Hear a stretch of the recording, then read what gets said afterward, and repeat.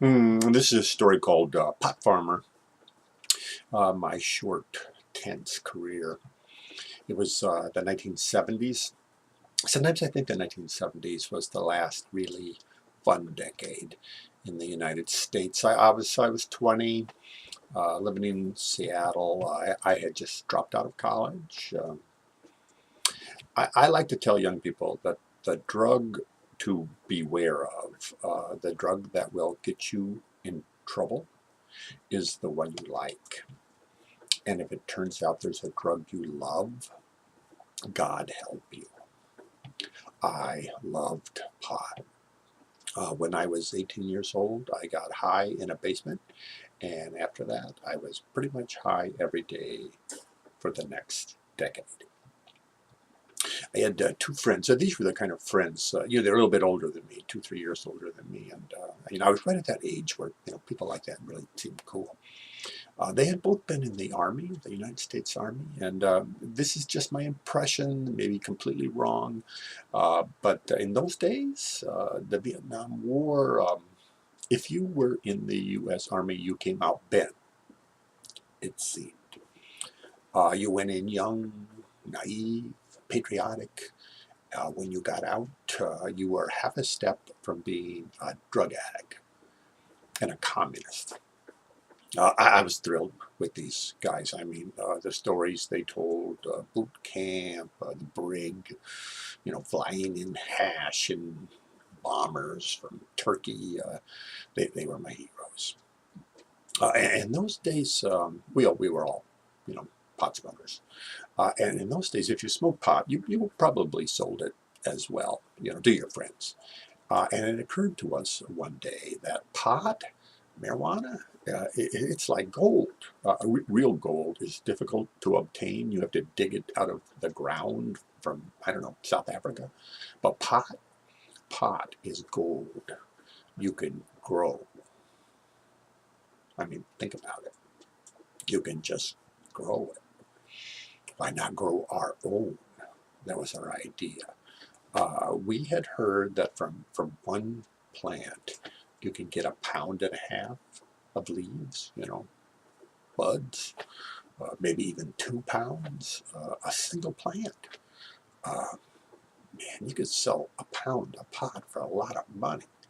If we could grow 12 plants to maturity, 20, uh, we would never have to hold real jobs again. We were living in Seattle in this three-story house on Queen Anne Hill. I don't know if you know Seattle. It's a nice area in Seattle.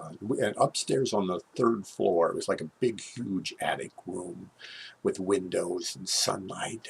It could be our own pot greenhouse. So we studied. We read books about growing. You could go to the library and get books about growing pot. We collected seeds. At the end of the winter, winter in Seattle is like constant drizzly rain. They call it winter. But we got potting soil, and we teaspooned potting soil into like empty egg cartons, into those little places where they put the eggs. And then we planted our seeds in those egg cartons, and pretty soon they're all popping up. And we only took the really vigorous little plants, the ones that were really bright green and popped up really fast and produced leaves really quickly. And we would transplant them into coffee cans. We had collected all these coffee cans. Oh, the fish. One of my friends loved to fish. He'd go fishing in the Sound, and he'd bring home fish. And we'd slice these up, and we'd put a chunk of dead fish in the bottom of each one of these coffee cans. We thought this was a technique that the Indians had taught to the Pilgrims. The Pilgrims were like starving to death, and the Indians saved their sorry asses with this wonderful, fish technique. Well, I don't know if it was because of the fish, but those repotted pot plants, they grew like crazy up there on the third floor. the sunshine, streaming in the big picture window, and we'd love to just sit up there, and it was like our gold. Our pot was just growing up all around us. The smell of, potting soil and rotting fish and life. We clipped a few leaves every now and then, and we'd dry them in our toaster oven and we'd smoke them, and damn, this is pretty good stuff, and these plants, man, they were just getting started. Well, of course, sometimes we were a little bit scared. I mean, there was an article in the paper, the Seattle Times. FBI agents were worried about Seattle, people growing pot in Seattle. Apparently, we weren't the only ones. And they were flying around in helicopters, according to this article, and there'd be agents up there in the and they'd be like looking, trying to, looking for private pot gardens. And apparently, a lot of people were using something called Growlex lights, and these lights, these like special lights. You could like grow pot in a closet with these lights. And what the feds were doing was checking everybody's electrical bills. And if you were sucking up unusual amounts of electricity, the feds would come knocking on your door. But we weren't doing that. We were just using pure natural sunlight. And we did have one kind of scary thing happen. A friend of ours was visiting. He's from California, and he was staying in the house, and he was the only one in the house at the time. And there was a knock on the door, and he opens it up, and there's this man, this middle-aged man. He's never seen this guy in his life, and this guy says, "I'm the landlord, and I want to come in, and I want to see the third floor." The third floor, and that's where all our pot was. And our friend, he had the sense of mind, say, "No, I'm sorry, man, I don't really know you. You'll have to come back when the owners are, when the renters are here, you'll have to come back then." So that night, and we're, like freaking out, like, what the hell was the landlord? Why does he want to see the third floor? And the landlord calls us up that night. And it turned out the city assessor had reassessed the property value. And according to the assessor, you could see the Space Needle from our house. And so that, in Seattle, that was like a higher tax bracket, I guess. And the landlord went, "Is that even really true?" So all he really wanted to do was go up to the third floor and look out the window and, see if he could see the Space Needle. And we were like, is he just saying that? Maybe it's just a big lie. Maybe he heard something, or he found out we're growing pot up there. And you really could see the Space Needle. I mean, if you looked out, kind of looked over in the corner, like over there, you could just sort of see the Space Needle.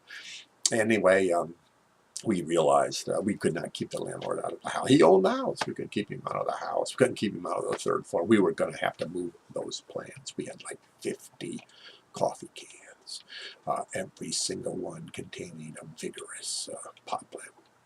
Oh, we had number two problem. Across the street from us, just happened, lived a cop. He's a nice guy, family man, he had a wife and kids. A lot of times in the evening, his own patrol car, be parked right there. I'm telling you, when our friends would come over for a party or something, and they'd see that patrol car across the street, they got a little nervous.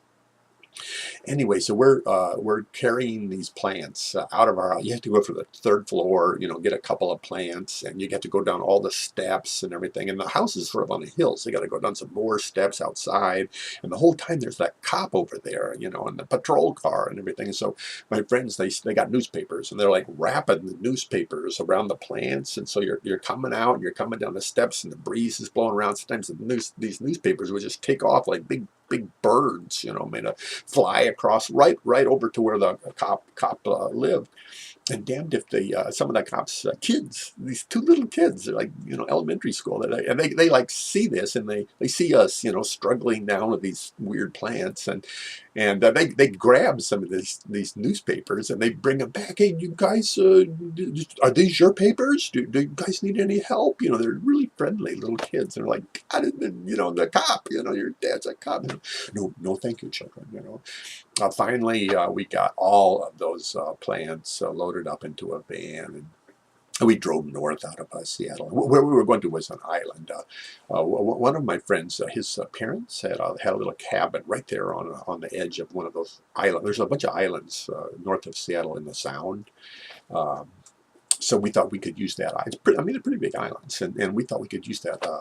We could use the parents didn't use that cabin, so we could maybe use it kind of like a base. And we spent the entire weekend replanting our pot plants in secret locations in the hills on that island, and we scattered plants, you know, all over the island. We'd have, 3 or 4 plants here and 3 or 4 plants here and 5 plants. We had like a map, we had X's on our map so we'd know all of our secret locations. We wanted like remote locations, where we didn't, nobody would go, nobody would walk, no trails,